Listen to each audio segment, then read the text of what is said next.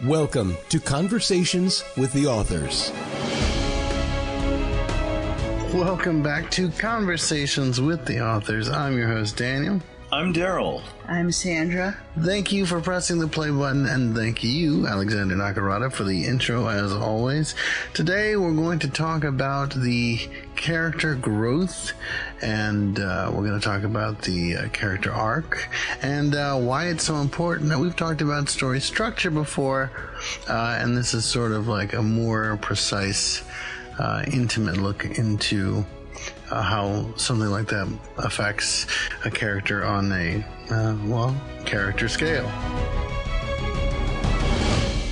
Daryl, Sandra, you wrote the highly rated Eric Hoffer nominated How Nicholas Became Santa Claus, and I'm sure that character arcs and character growth are something that you had to deal with. So I guess for our new listeners, our new readers, the question I should start with is, what is a character arc? Well, a character arc is really, we're referring to the transformation or development of that character and what he undergoes through in the story. You can literally think of it as an arc. Mm-hmm. As he goes over his problems and he goes over his discoveries and how he becomes the person he was supposed to be. Mm-hmm. Mm-hmm. So character arcs are important in stories because you have to have a character that evolves. Good, because my next question was, are character arcs something that you should, worry about? Are they important?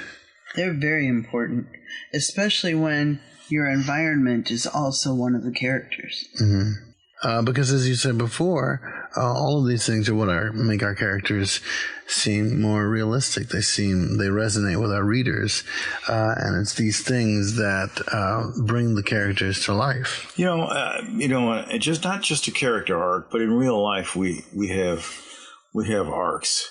Each human being starts out as a baby, and as they become an adult and they enter their elderhood, they learn things. Mm-hmm. You're not the same person you were at 60 that you were at 20.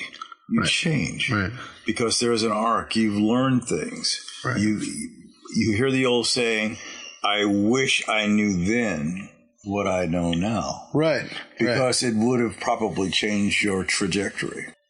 In your experience, what is it that a novice author tends to have trouble with when developing a character arc?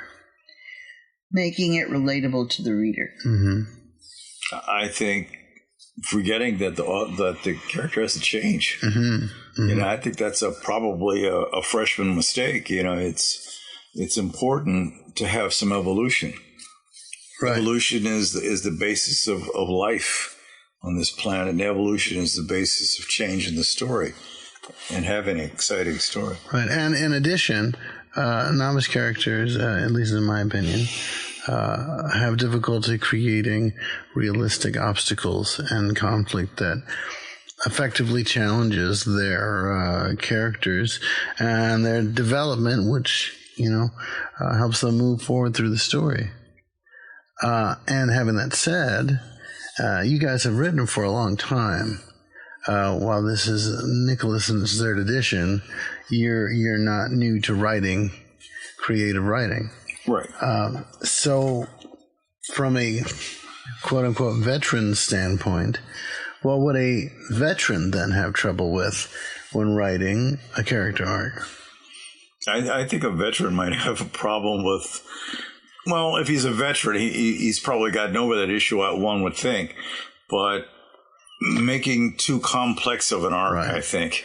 Right, because he's certainly not going to have the same troubles that a new writer's going to have. Right. Yeah. You want to keep things as simple as possible. Simple is always better. And, and also we talked about, in our last podcast, we talked about how you keep the endings from being boring and predictable. In that same sense, Daryl, it sounds to me like you're also saying that veteran authors need to tried to break away from what they normally do. Add a twist on it, as you were saying about the endings last podcast. Yeah, I think it's just like a songwriter. When he writes a song, it could be a hit song or it could be a flop. But if it's a hit, he might write another song and then it sounds similar. He writes another song that sounds similar. Everybody has a style. If you played a Beatles song right now, you know probably that, well, that's their style. That's them. Right. And so in writing, you also want to make sure that you don't sound the same and you don't start repeating things over and over again. Right. I think that can be a fatal mistake. I was interested in hearing a discussion once upon a time about, for instance, the show Bewitched. Yes. And why it ended. And one of the things that infuriated the audience is that they got a little lax in one of their last episodes, and it may have been the last episode. They repeated something. It was on Telling the Truth. It was like Liar, Liar, like that movie where they made Darren tell it. Well, they had done that in several seasons back. And it didn't seem like they tried to do anything to change that or evoke any memories in really him about what had happened before. The same story. The same thing. Right. The only thing they changed about it was the actor that was playing Darren. Yeah. So in your opinion, Sandy, what would you add to that in terms of a veteran writer dealing with the challenges of character arcs? Sticking to your outline and your detail that you're putting into it, but not overdoing the details so that you get stuck in the mud. Right. You know what? And I think tap into your creativity. Right. And be creative and don't be lazy, because sometimes, especially when you're writing a series of things. You can have a tendency of being a little bored with it and not being creative. And these are important for character growth, is it not? Character arcs. It is. Well, if you're bored with it, the audience is going to be bored with it too. They can see that. So keep it fresh. Right. Don't forget to use your imagination. Yes, exactly. You took the words out of my mouth. Right. And just be imaginative. Right. And don't be afraid to throw in something that doesn't look like it fits. Right. Because it probably does for that particular situation. Character growth is at the heart of storytelling. The character arcs, it's all part of it. And it allows readers to connect, as we were saying before, with characters on a deeper level. And characters that don't have strong arcs, or depth or complexity, it can be an issue. So when it comes to character growth, what is it that authors, both novice and veteran, should keep in mind? Well, growth is an important part of life. It's also an important part of a story too. And the character arc, for instance, you can take the example of Star Wars and character growth. This is a negative character growth when you have the character of Darth Vader as a young person, and he's all of this idealism that he had about life and what was right or wrong became distorted as he grew older. And he became more jaded. I think that is definitely something that authors tend to forget, is that, as you're saying, Daryl, character growth does not have to be positive. No, not at all. They don't all have to change for the better. Yeah. And there's going to be some characters in your story that don't grow at all. Right. And even when you think about The Godfather, Michael was a good guy. But being associated with his father, the Don, eventually, he felt he had to take over, and he became a pretty bad guy. Right. So he had an arc. and it kind of reminds me of DC Comics, The Joker. The character, not necessarily the movie. There's a storyline where he's this failed comic. He has a girlfriend and she's pregnant, and something happens to his family, which changes him. But it doesn't go in the direction you expect it to go. There is also, I think it's an Elsewhere story from DC, but it's Thomas Wayne is Batman, and Martha is traumatized at the death of Bruce, and there's a character growth in the negative that happens with her. I'm being vague because I don't want to spoil the story for anybody who hasn't read them. But as you're saying, Daryl, to your point, it's not always a positive growth. It's not always a positive. And you know what? And a character growth can continue in various directions. Let's take our example of Darth Vader as a young man. I'm blocking out his name as a young man. Anakin Skywalker becomes jaded. His mother gets killed. He becomes negative about a lot of things and people, and develops a lot of selfish and self-serving ideas. But then when his son comes along, in order to save his son, he has to kill the emperor. So now he's on the side of what we term good. He's arced again. Right. You know, back to the you know, and a good guy. And you're right, Sandy. It does have to do with consistency. Know what your character's background and where you're taking them, and sort of stick to your guns in a sense. And while there's conflict and challenge, and there's going to be meaningful obstacles and challenges for them to grow, again, meaningful doesn't necessarily mean good. As you said, with our old friend Anakin, So, what is the best way for an author to keep the character's growth to seem natural, keeping in mind that the character arc may or may not be formally present?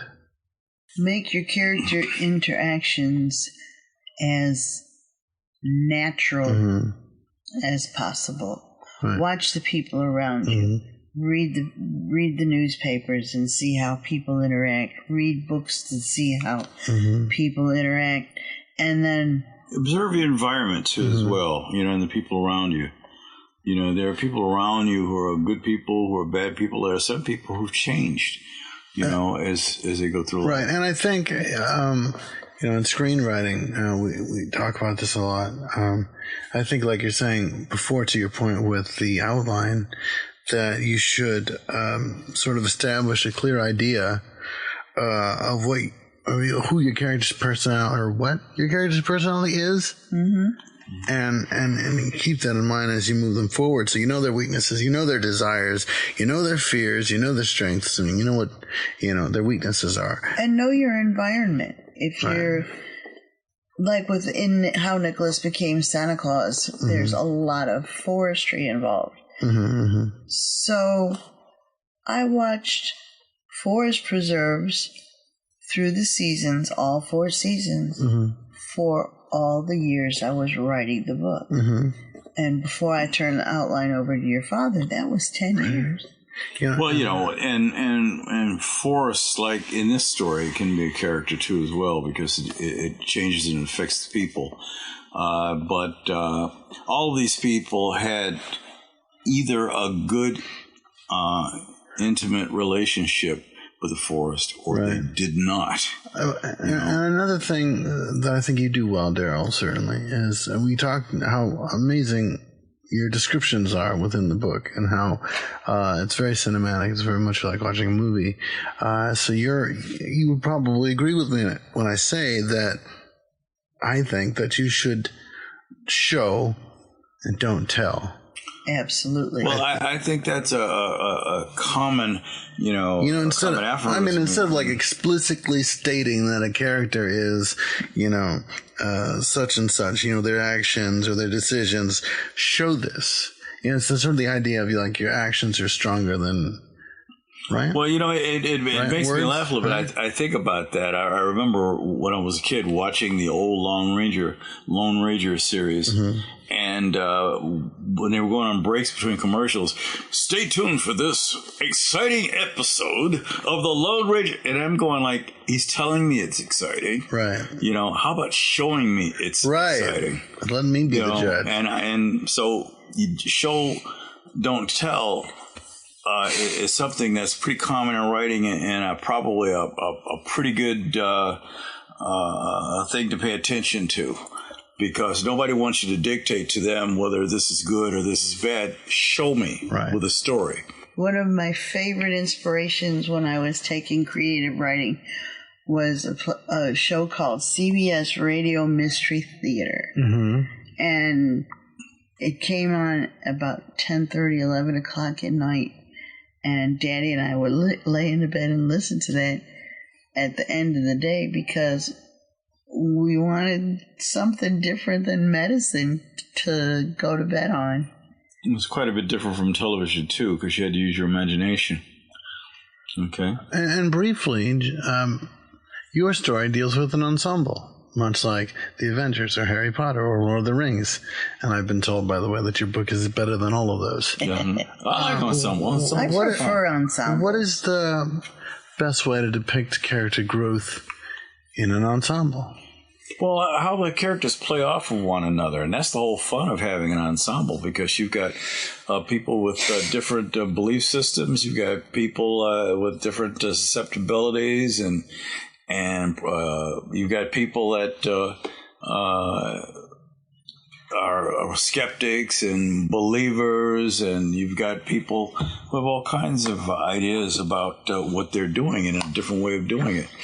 And so you get to play off all of that. You get to play one against the other.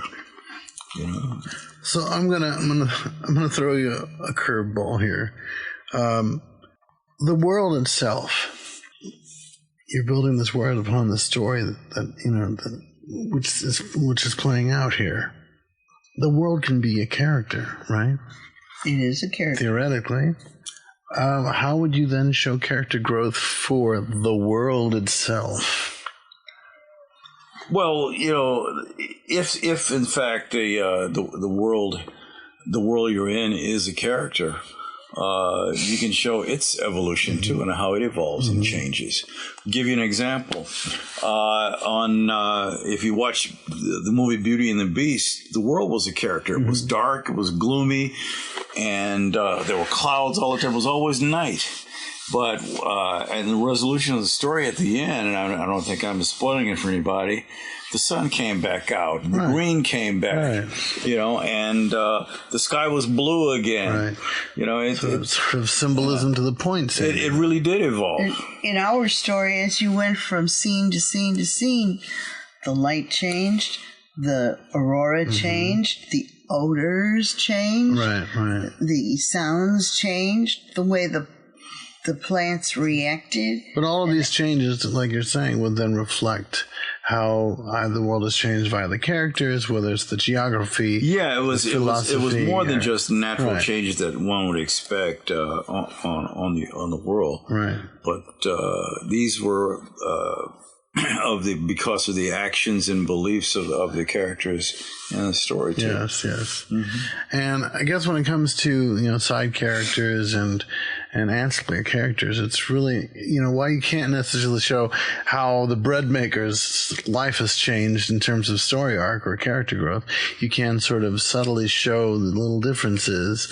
Maybe now instead of it being dark and gloomy and the windows of the shop are all closed, maybe now the shop is open and he's happily baking bread outside. So it sort of gives you an idea. What you have to remember too is that for each of your characters, the character views that world as theirs. Right. So everybody has their own individual world. Right. Well, I think and like bumper cars. I think that's pretty natural, though. Every, especially when you're a child growing up, you think the world was created for you. Right. So and you think sometimes you might think as you're growing up before you learn better that everything is supposed to conform to your beliefs and what you want out of it. You know what, dear listeners? while you were growing up, something was being created for you. Some of you who are growing up, mentally, and some of you physically. And Nicholas was created for you, this wonderful book about how Nicholas became Santa Claus. And it's got a perfect example of character growth and arcs. And if you want to check it out, you can check out our Facebook page at troopbooks.com. You can check out our Instagram at troopbooks, our X at troopbooks, and you can check out our TikTok at troopbooks, where you can find a link to the author page at the Ewing's Publishing, and you can pick up a hardcover or a soft cover. And I hope next time when you read it, you'll send us a message, and perhaps we can talk with you next time on Conversations with the Authors.